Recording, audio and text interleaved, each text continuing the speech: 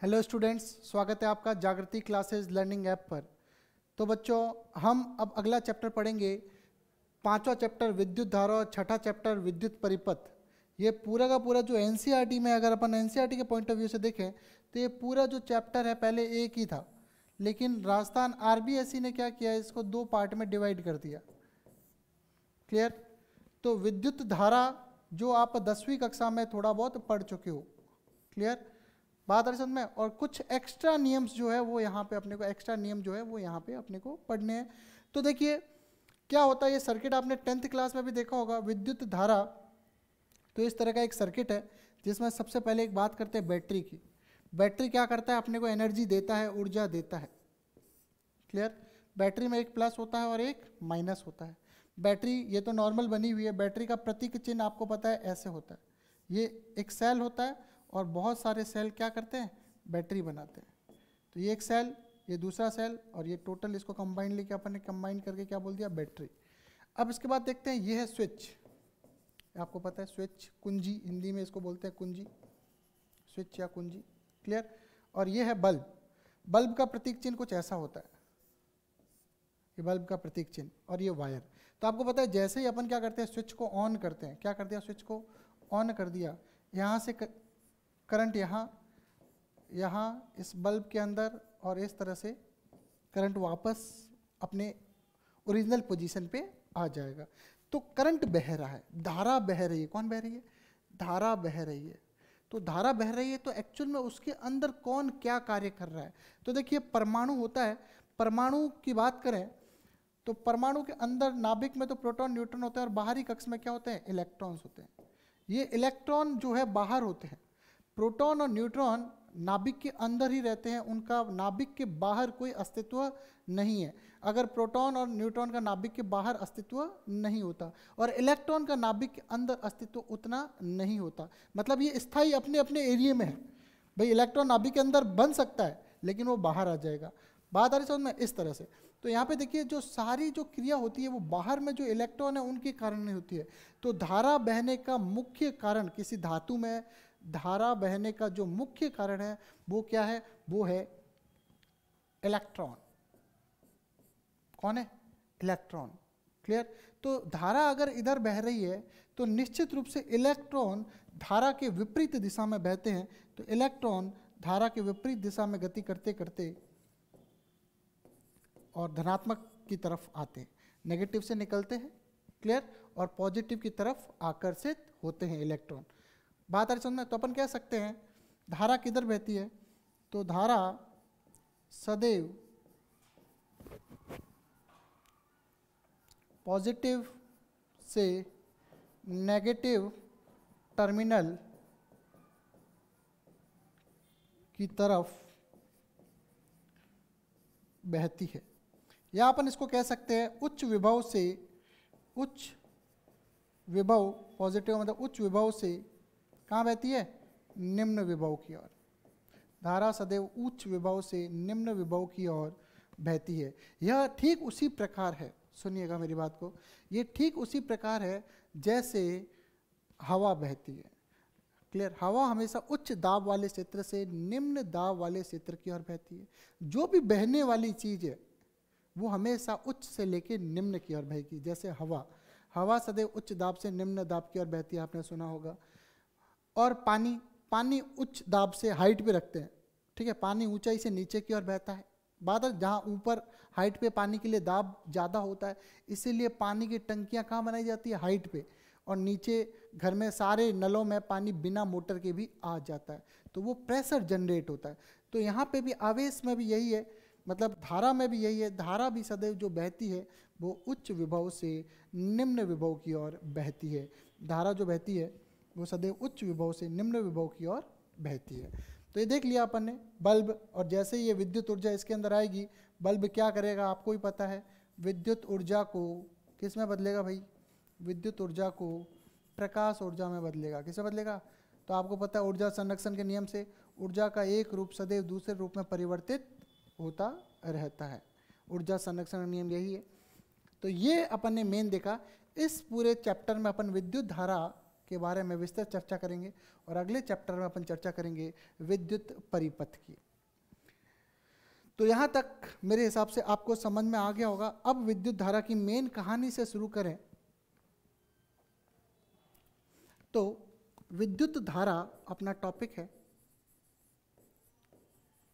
जिसको बोलते हैं करंट, जिसका झटका जब लगता है तो बड़ा जोर का लगता है, धीरे से लगने का कोई सवाल ही नहीं उठता। तो बेटा करंट की बात करें या विद्युत धारा की बात करें तो इसकी परिभाषा क्या है? किसी परिपथ में आवेश प्रवाह की दर को, किसको? दर को विद्युत धारा कहते हैं। क्लियर? देखो विद्युत धारा कहते हैं। अभी जैसे अपन ने परिपथ में देखा था, विद्युत धारा बह रही थी पॉजिटिव आवेश से, पॉजिटिव टर्मिनल से नेगेटिव टर्मिनल की ओर। क्लियर? और बात करें वापस, अगर इसको देखें तो आगे थोड़ी सी और चर्चा करें तो विद्युत धारा आपको तार में चलती हुई दिखेगी नहीं, तो क्या होगी? विद्युत धारा का एहसास होता है और एहसास ऐसा खतरनाक हो सकता है कि जिसकी बात ही मत करो। अगर इस तार है, खुली तार है और इसको हाथ लगा दे तो विद्युत धारा का एहसास हो जाएगा। विद्युत धारा को, अगर ये मान के वायर इधर से खुला है, विद्युत धारा को मैंने इधर छू लिया तो क्या होगा? मैं कुछ बताने लायक ही नहीं रहूँगा।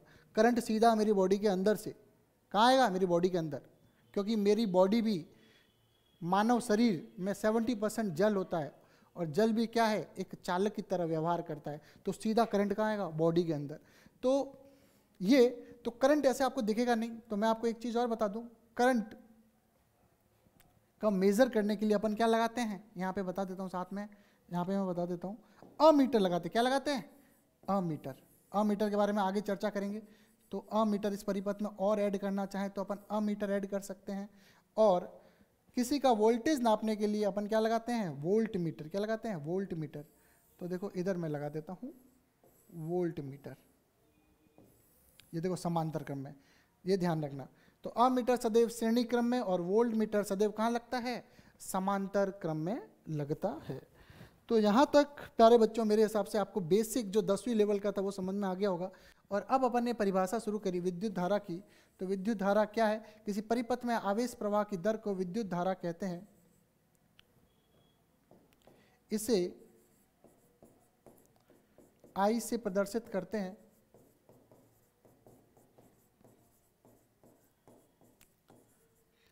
यह एक कैसी राशि है?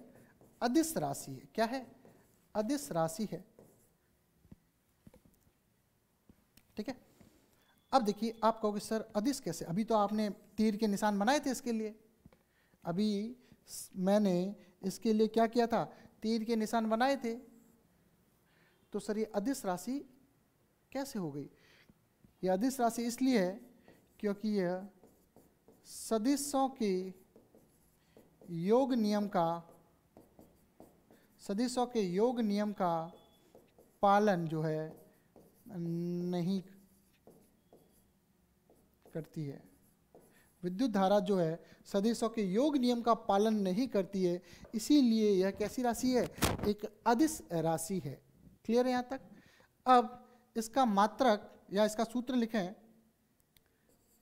तो इसका मात्रक भी लिख देते हैं। इसका जो मात्रक है वो एम्पियर होता है। क्या होता है? एम्पियर होता है, जिसे ए से प्रदर्शित करते हैं होता है। अब आगे देखते हैं क्या है सूत्र के हिसाब से। तो अर्थात अगर बात करें इसका सूत्र, तो आपने 10वीं लेवल में तो पढ़ा था I बराबर Q बट्टा T। क्या पढ़ा था? आवेश बट्टा समय। क्या पढ़ा था? आवेश बट्टा समय। यह आपने 10वीं कक्षा में पढ़ा है। आवेश का मात्रक होता है कूलॉम और समय का मात्रक होता है सेकंड। तो कूलॉम प्रति सेकंड जो है यही एम्पियर होता है, ये आपको पता होना चाहिए। या कूलॉम प्रति सेकंड बोल दो या आप एम्पियर बोल दो, एक ही बात है। तो कूलॉम प्रति सेकंड जो है वही क्या होता है? एम्पियर होता है। आवेश का मात्रक कौन होता है? कूलम होता है, अपन पहले पढ़ चुके हैं। अब प्यारे बच्चों इधर देखिए, अब जो अपने को यहाँ पढ़ना है वो क्या पढ़ना है? देखो, औसत धारा। अब अपन देखो 10वीं में पढ़ते थे तब अपने को अवकलन के बारे में नहीं पता था, क्लियर? तो अपन सीधा सा यही फॉर्मूला पढ़ते थे। लेकिन अब अपन 11वीं कक्षा में अवकलन समाकलन पढ़ चुके हैं, तो अब अपन थोड़ा डिटेल में पढ़ते हैं। औसत धारा क्या होती है आपको पता है? जैसे औसत वेग होता है, एवरेज बराबर डेल्टा क्यू बट्टा डेल्टा टी। डेल्टा टी समय में किसी क्षेत्रफल से डेल्टा क्यू जब आवेश प्रवाहित होता है तो उन दोनों का अनुपात जो होता है, डेल्टा क्यू और डेल्टा टी का जो अनुपात है वो क्या कहलाता है? औसत धारा कहलाता है। और आपको पता है कि जब औसत धारा के बाद एक वर्ड आता है तात्क्षणिक धारा। कौन सी धारा? तात्क्षणिक धारा, इंस्टेंटेनियस करंट। तात्क्षणिक धारा जो है, आई इंस्टेंटेनियस जो है, या आई नॉर्मल मान लो, आई इंस्टेंटेनियस जो है, ये इसके आगे क्या लग जाता है आपको पता है? लिमिट। क्या लग जाता है? लिमिट। इस क्या बोलते हैं? डेल्टा टी जो है टेंस टू 0, डेल्टा क्यू बट्टा डेल्टा टी। और आपको पता है जब भी डेल्टा के आगे लिमिट लगती है तो ये क्या हो जाता है? डी क्यू बट्टा डी टी, जो यह बताता है कि क्यू की समीकरण का अवकलन करने पर धारा प्राप्त होती है। तो इंस्टेंटेनियस या तात्क्षणिक जो धारा है वो कितना हो गया? डी क्यू बट्टा डी टी हो गया। क्लियर है भाई यहाँ तक? मेरे हिसाब से यहाँ तक किसी को कोई समस्या नहीं होनी चाहिए। जल्दी से यहाँ तक एक बार नोट करिए, फिर अपन बढ़ते हैं आगे।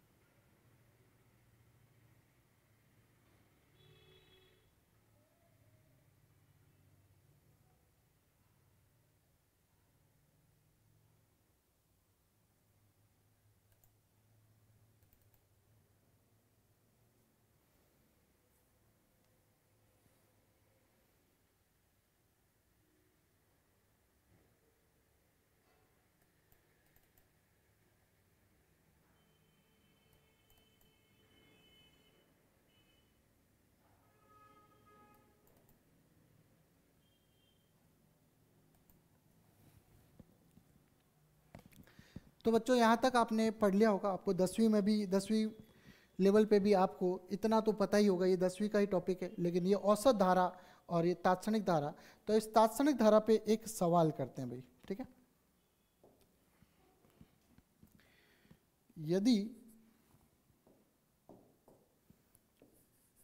यदि किसी परिपथ में प्रवाहित हो रहे आवेश की समीकरण Q बराबर 3t square minus 2t plus 3 है, तो उस परिपथ में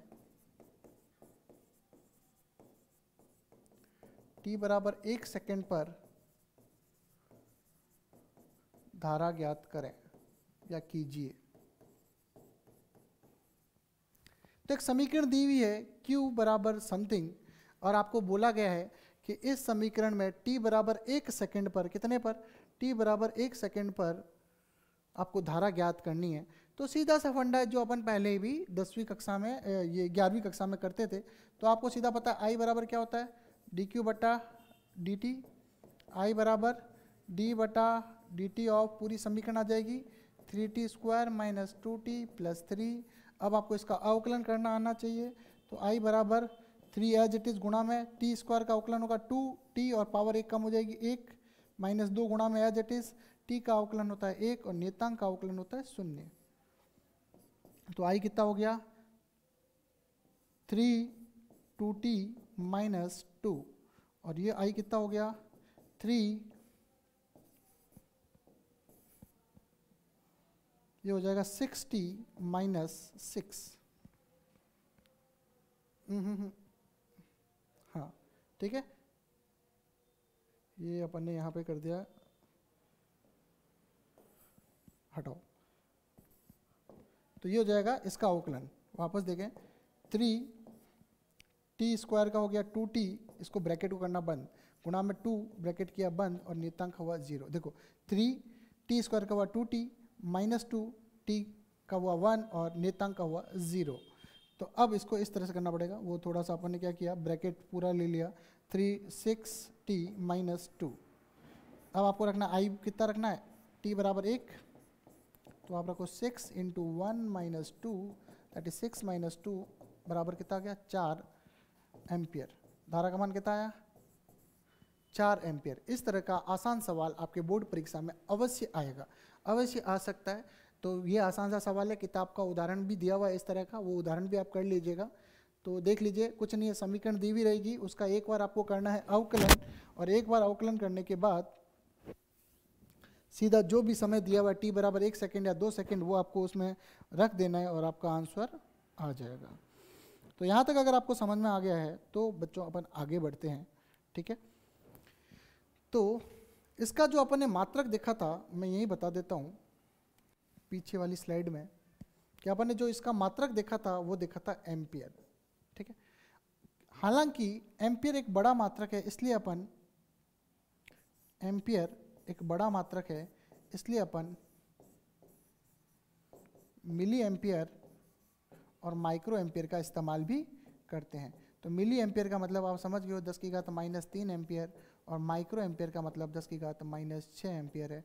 तो कोई ज़्यादा सोचने वाली बात नहीं है। अब अपन अगले टॉपिक पे चलते हैं। तो बच्चों यहाँ तक आपको विद्युत धारा के बारे में पता चल गया होगा, और विद्युत धारा एक अदिश राशि क्यों है ये भी मैंने आपको बता दिया। अब अपन जब चल रहे हैं तो यहाँ पे देखिए I बराबर Q बट्टा T फॉर्मूला है, और आपको पता है Q बराबर कितना होता है NE, प्लस माइनस NE ले लो, प्लस माइनस NE, Q बराबर प्लस माइनस NE। तो इससे रिलेटेड कोई भी सवाल आ जाए तो आप अच्छे से मेरे हिसाब से कर सकते हो। अब अपन अगला टॉपिक देखते हैं, धारा घनत्व,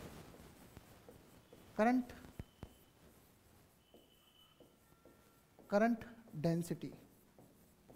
देखो प्यारे बच्चों, करंट डेंसिटी नाम में घनत्व है, ठीक है। तो करंट डेंसिटी क्या है, धारा घनत्व क्या है, तो इसका पहले एक सूत्र देख लेते हैं, धारा घनत्व, फिर इसकी परिभाषा बनाते हैं। तो धारा घनत्व J क्या है, I बट्टा A, क्लियर। ये इसका सूत्र है, J बराबर I बट्टा A, क्लियर। जल्दी से याद करो। देखो हमेशा सूत्र से उसका परिभाषा, उसका पॉइंट बनाना अपने को आना चाहिए, क्लियर। तो देखिए, तो इसका परिभाषा क्या बनेगी, किसी तार के एकांक अनुप्रस्थ काट क्षेत्रफल से गुजरने वाली धारा को ही धारा घनत्व कहते हैं। क्या परिभाषा लिखी है, एक और वापस परिभाषा पढ़ो, फिर मैं इसको समझाता हूँ। कि किसी तार के एकांक अनुप्रस्थ काट से गुजरने वाली या बहने वाली धारा को ही धारा घनत्व कहते हैं। इसे देख लो, बताता हूँ। देखो इस चीज से सब क्लियर हो जाती है। इसे J से प्रदर्शित करते हैं,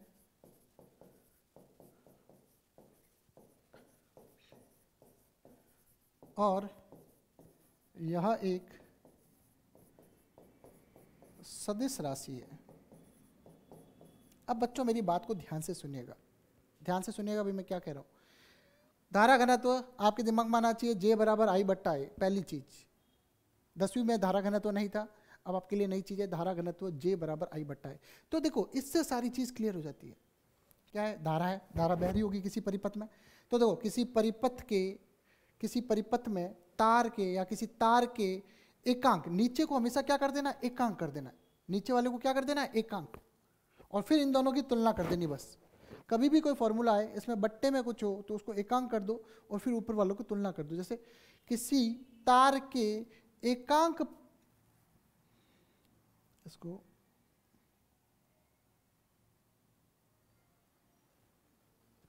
सदिश राशि, यह एक सदिश राशि है, ठीक है।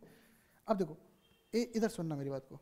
किसी एकांक अनुप्रस्थ काट, नीचे वाले ए को क्या करते हैं, एकांक, किसी एकांक अनुप्रस्थ काट क्षेत्रफल के तार में से बहने वाली धारा को ही धारा घनत्व कहते हैं। किसी एकांक अनुप्रस्थ काट वाले तार में से बहने वाली धारा को ही धारा घनत्व कहते हैं।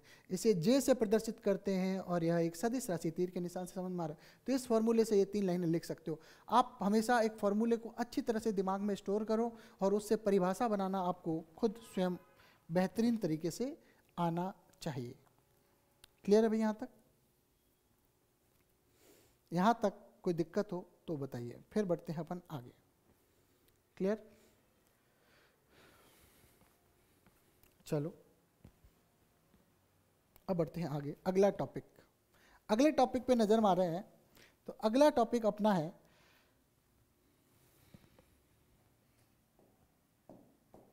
अगला टॉपिक है धात्विक चालकों में आवेश प्रवाह। तो इस टॉपिक में कोई खास तो कुछ है नहीं। आपको पता है कि कोई भी चालक होगा, ठीक है, चालक जो है वो सी ऑफ इलेक्ट्रॉन्स है। क्या है? सी ऑफ इलेक्ट्रॉन्स, मतलब इलेक्ट्रॉनों का समुद्र होता है। कोई भी जो चालक होता है वो या धातु होती है, या कोई भी अगर बात करें धातु की, तो कोई भी धातु है वो क्या है? सी ऑफ इलेक्ट्रॉन्स है। तो आपको पता है इलेक्ट्रॉन बहुत सारे हैं, तो आपको पता है धारा इलेक्ट्रॉन के कारण ही बहती है, तो उसमें आसानी से धारा बह सकती है, आसानी से करंट आ सकता है। तो चालन के लिए इलेक्ट्रॉन की आवश्यकता है, और इलेक्ट्रॉन्स कौन से होने चाहिए? Free electrons. फ्री इलेक्ट्रॉन्स धातु में बहुत होते हैं, तो जब फ्री इलेक्ट्रॉन्स बहुत है तो आराम से धारा बह सकती है, कोई बड़ी बात नहीं है। यहाँ तक हो गया क्लियर। अब आगे अगला टॉपिक चलते हैं, मुक्त इलेक्ट्रॉनों की अनियमित गति। उसको बड़ी इसमें देख लेते हैं, यहीं पे छोटे छोटे टॉपिक है। मुक्त इलेक्ट्रॉन्स की अनियमित गति। मुक्त इलेक्ट्रॉन की जब अनियमित गति की बात करें, मेरी बात ध्यान से सुनिएगा, तो आपको पता है कि कोई भी फ्री इलेक्ट्रॉन्स है वो इधर जाएगा, इधर जाएगा, इधर जाएगा, इधर जाएगा, इधर जाएगा, इधर जाएगा, इधर जाएगा, कैसे भी रैंडम मोशन करेगा। देखो इधर जाएगा, या दूसरा कण है उससे टकराएगा, टकराने के बाद डायरेक्शन चेंज हुई, फिर इधर गया, दूसरे कण से टकराया, टकराने के बाद फिर डायरेक्शन चेंज हुई, इधर गया, फिर इधर किसी कण से टकराया, फिर इधर गया। इस गति को क्या बोलते हैं?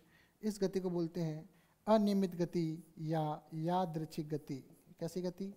यादृच्छिक गति। और इस यादृच्छिक गति, जब भी कोई इलेक्ट्रॉन ऐसी यादृच्छिक गति करता है तो उसका सारे जितने भी कण हैं, सारे कण ऐसे ही रैंडम मोशन करते हैं। किसी चालक में, कोई भी चालक, मान के ये चालक है तो इसमें इलेक्ट्रॉन भी गति कर रहे हैं, लेकिन क्या हो रहा है? एक इलेक्ट्रॉन इधर जा रहा है तो दूसरा इधर जा रहा है, तीसरा इधर जा रहा है, चौथा उधर जा रहा है, पांचवा नीचे आ रहा है, छठा ऊपर जा रहा है। बात आ रही है, सब रैंडम मोशन कर रहे हैं, यादृच्छिक गति कर रहे हैं, सारे एक ही दिशा में नहीं जा रहे हैं। इसलिए इन सारे कणों का वेगों का औसत, इन सारे कणों के वेगों का जो औसत है वो कितना है? 0। या मैं कह सकता हूँ औसत, ऐसे भी लिखते हैं औसत को। औसत इन सभी कणों के, किसी धातु में सारे कण इस तरह से यादृच्छिक गति कर रहे हैं, तो उन सभी कणों के वेगों का जो औसत होगा वो 0 होगा। औसत होगा वो क्या होगा? 0 होगा। तो ये जो ये गति कर रहे हैं, ये किससे कर रहे हैं? ऊष्मा से। तो इसका जो औसत ऊष्मीय वेग है, मैं इसको क्या बोलूँगा? औसत ऊष्मीय वेग है। सभी कणों का जो औसत ऊष्मीय वेग है वो कितना होगा? वो u1 + u2 + u3 सबको जोड़ेंगे तो कितना आएगा? 0 आएगा। और ऊष्मा कहाँ से आएगी? तो आपको पता है कमरे के ताप में ऊष्मा तो होती ही है। क्लियर भाई? तो यहाँ तक मैंने आपको बता दिया। अब अगला टॉपिक है अपवाह वेग।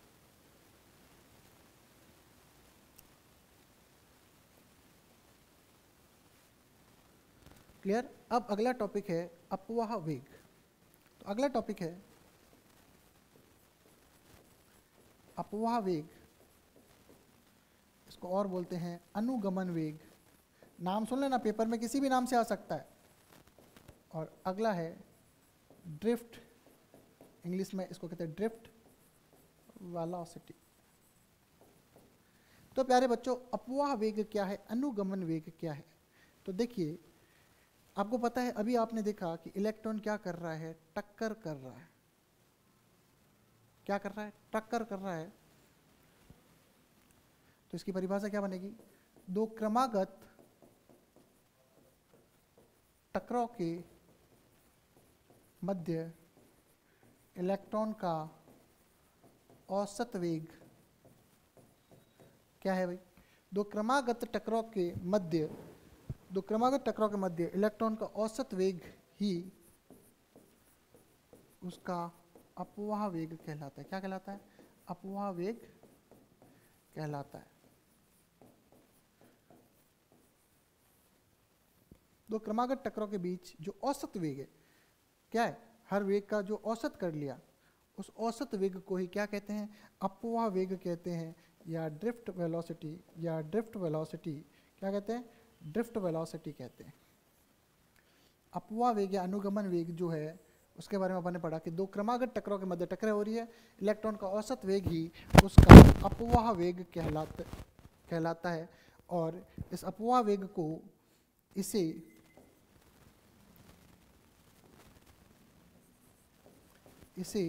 v और छोटा d, ड्रिफ्ट के लिए, ड्रिफ्ट नाम है ना, ड्रिफ्ट के लिए d, vd से प्रदर्शित करते हैं। किससे करते हैं? vd से प्रदर्शित करते हैं। मेरे हिसाब से यहाँ तक आपको हो गया कि दो क्रमागत टकराव के मध्य, मैं बार बार बोल रहा हूँ, साथ के साथ याद हो जाना चाहिए, मैं इतना टाइम इसीलिए दे रहा हूँ। दो क्रमागत टकराव के मध्य इलेक्ट्रॉन का औसत वेग ही उसका अपवाह वेग कहलाता है। इसे vd से प्रदर्शित किया जाता है। क्लियर? यहां तक जल्दी से इसको याद करो।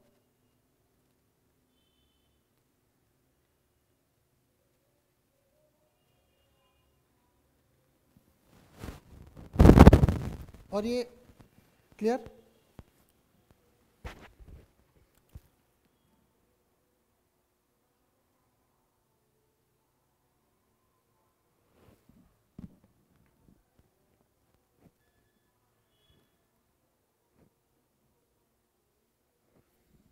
और परिभाषा बनाए तो अपन कह सकते हैं आरोपित विद्युत क्षेत्र के कारण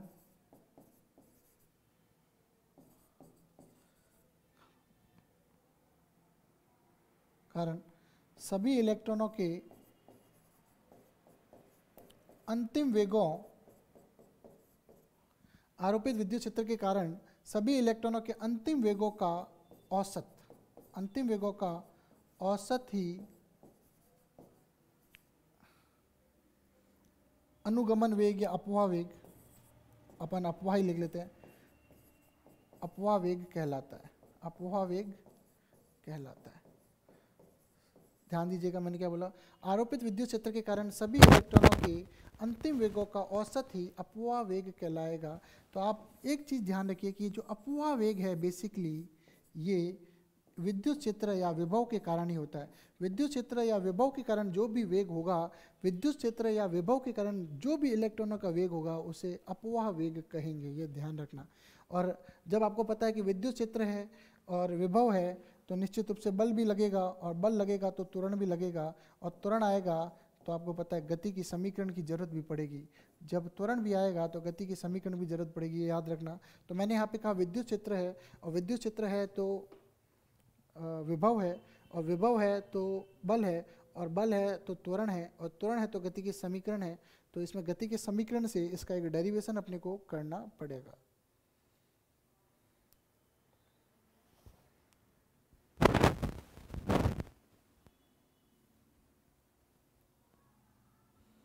क्लियर भाई? यहाँ तक मेरे हिसाब से आपके लिए ये तैयार हो गया।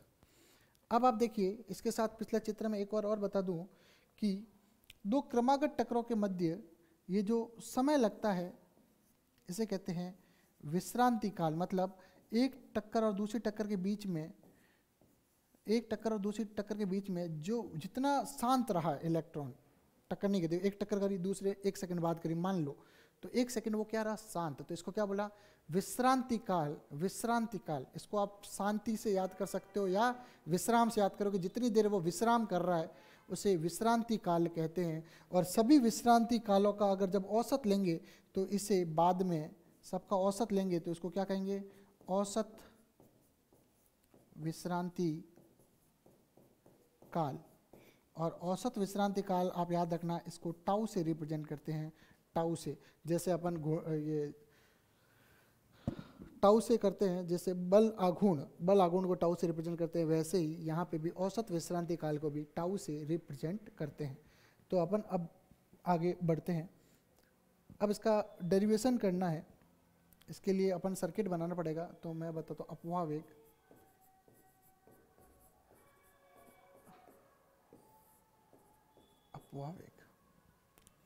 क्या है?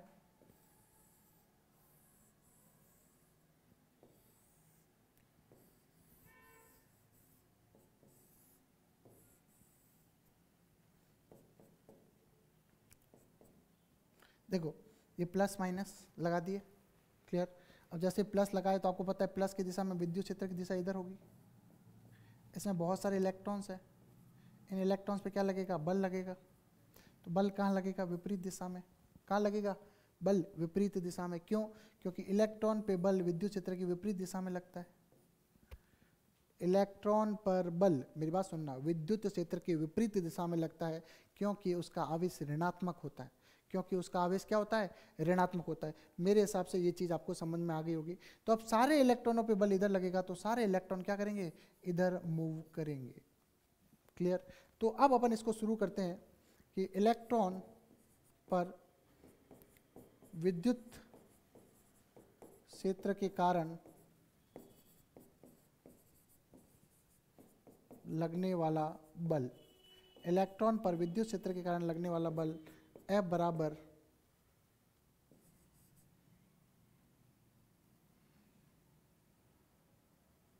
QE, पहली समीकरण। क्योंकि Q कितना है? Minus E। Q कितना है? Minus E। इसलिए F बराबर कितना हो जाएगा? Minus EE, clear.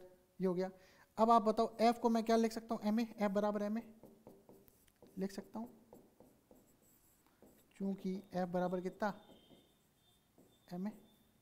तो A कितना हो गया? A त्वरण है, सदिश है, ये हो जाएगा E, ये भी सदिश है, ध्यान रखना, सदिश E/m, ये आ गया पांचवा। तो यहाँ तक आप ये फॉर्मूला देखिए, क्या देखिए? A बराबर माइनस का EE/m आया। ये सूत्र है त्वरण का कि विद्युत क्षेत्र की दिशा के विपरीत होती है A की दिशा। विद्युत क्षेत्र की दिशा के विपरीत बल होता है और विपरीत ही क्या होती है? त्वरण की दिशा होती है। यहाँ तक मेरे हिसाब से आपको समझ में आ गया होगा। एक बार देखिए, अपन ने कुछ नहीं किया, F बराबर QE, आपको सूत्र आपने शुरू में पढ़ा होगा कूलॉम बल के हिसाब से, F बराबर QE, और यहाँ पे Q को लिखा माइनस E और F को लिखा MA और कुल मिला के A निकाल लिया। यहाँ तक मेरे हिसाब से आपको कोई तकलीफ नहीं होनी चाहिए, क्लियर। अब बढ़ते हैं अपन इस आगे। तो देखो, ये हो गया अपवाह वेग की परिभाषा से। अपवाह वेग की परिभाषा से, परिभाषा क्या है? V ड्रिफ्ट जो है वो क्या है? V1 प्लस V2 सभी कणों के या सभी इलेक्ट्रॉनों के अंतिम वेगों का औसत। यही परिभाषा है कि विद्युत क्षेत्र या विभवांतर आरोपित करने के बाद सभी इलेक्ट्रॉनों के अंतिम वेगों का औसत ही क्या कहलाता है? अपवाह वेग कहलाता है। सभी के अंतिम वेगों का औसत। और अंतिम वेग के लिए ये तो चलो होगी समीकरण 6, ठीक है। प्रत्येक कण के लिए या प्रत्येक कण के लिए, प्रत्येक इलेक्ट्रॉन के लिए, प्रत्येक इलेक्ट्रॉन के लिए गति के पहले समीकरण या प्रथम समीकरण V बराबर U प्लस AT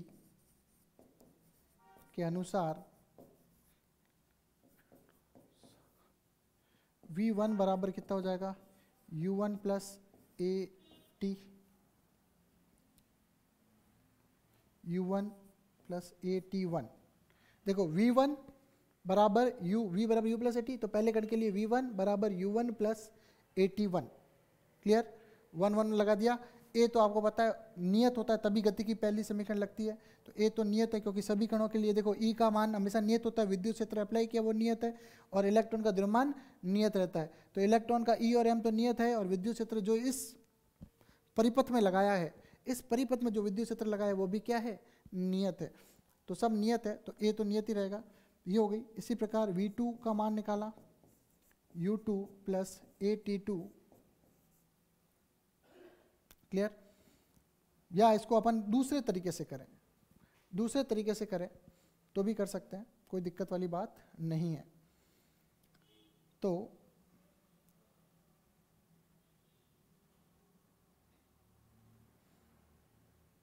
इसको थोड़ा सा और आसान करने की कोशिश करते हैं। इसको मैं हटा देता हूं के अनुसार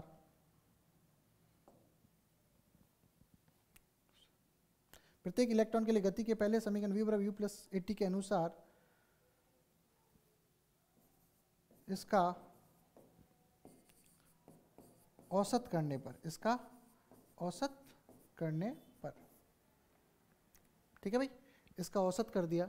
तो आप जब इसका औसत कर रहे हैं तो देखिए ध्यान से, V का औसत, U का औसत, AT का औसत, ये पूरी V बराबर U प्लस AT है, इसके पूरे समीकरण का क्या कर दिया, औसत कर दिया। ये होगी समीकरण 7, क्लियर। और आपको बेसिकली ये VD जो दिख रहा है ये क्या है, ये V का औसत ही है, क्या है, V का औसत ही है, क्लियर। और इससे पहले जब अपन ने देखा था ये हो गया, ठीक है। इससे चूंकि हम जानते हैं, आपने थोड़ी देर पहले देखा, चूंकि हम जानते हैं, थोड़ी देर पहले अपन ने देखा था U का औसत कितना था, 0। पहले देखो ये रहा, U का औसत कितना आया था, 0, औसत उष्मीय वेग। तो अपन कह सकते हैं, हम जानते हैं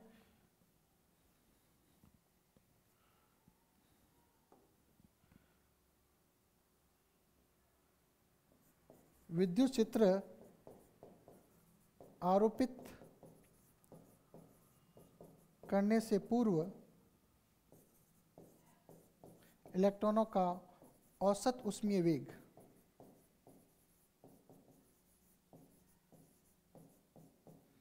यहां पे अपन एक चीज और कर सकते हैं, चॉइस,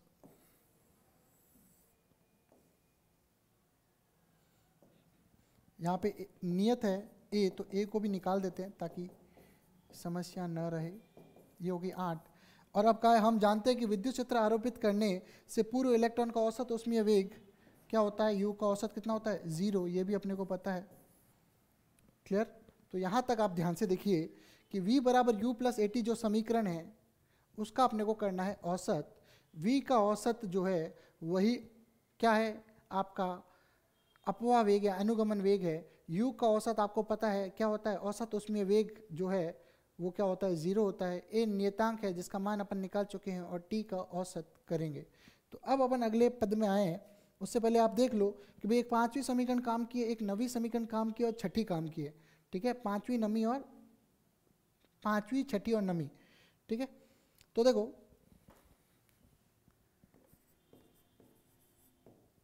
समीकरण 5, 6 और 9 से मान 8 में रखने पर, समीकरण 5, 6 व 9 से मान 8 में रखने पर, यह आपको पता है मान तो किधर भी रख सकते हो, कोई दिक्कत नहीं।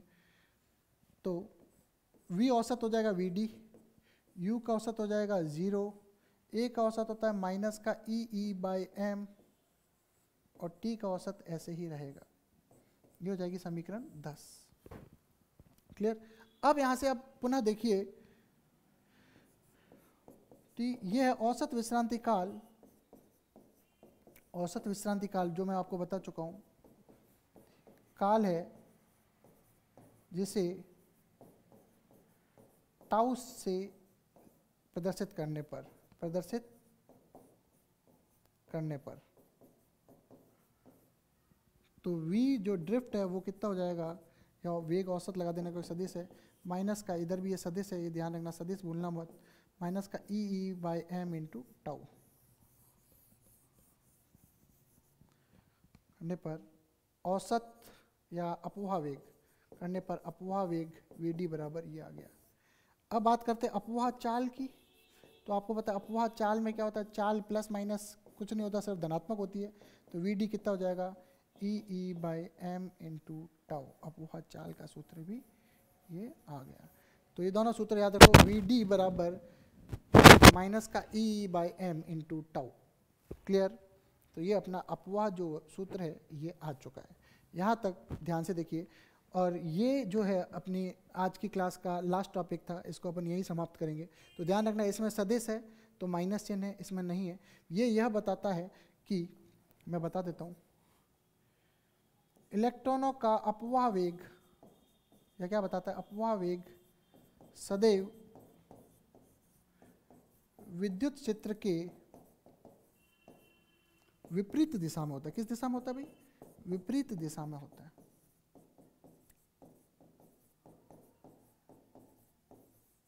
ये क्या बताता है, नेगेटिव चिन्ह यह बताता है, लिख दूं, नेगेटिव चिन्ह यह बताता है कि, ये लिख सकते हो आप कि यहाँ ऋणात्मक चिन्ह या नेगेटिव चिन्ह यह बताता है कि इलेक्ट्रॉन का अपवाह वेग जो है सदैव विद्युत क्षेत्र के विपरीत दिशा में होता है, विद्युत क्षेत्र के विपरीत दिशा में होता है। इस तरह से आज की क्लास हम यहीं समाप्त करेंगे। अगली क्लास में फिर पढ़ेंगे। ये जो अपवाह वेग है ये मुझे 2020 के हिसाब से, ये 2021 के हिसाब से महत्वपूर्ण लगता है, ये आप ध्यान रखना। तो इसी के साथ आज की क्लास यहीं समाप्त करेंगे। अगर आपको ये वीडियो पसंद आया है तो लाइक करें, शेयर करें, कमेंट करें, सब्सक्राइब करें और ज़्यादा से ज़्यादा अपने मित्रों को जागृति क्लासेस लर्निंग ऐप के बारे में बताएं। धन्यवाद।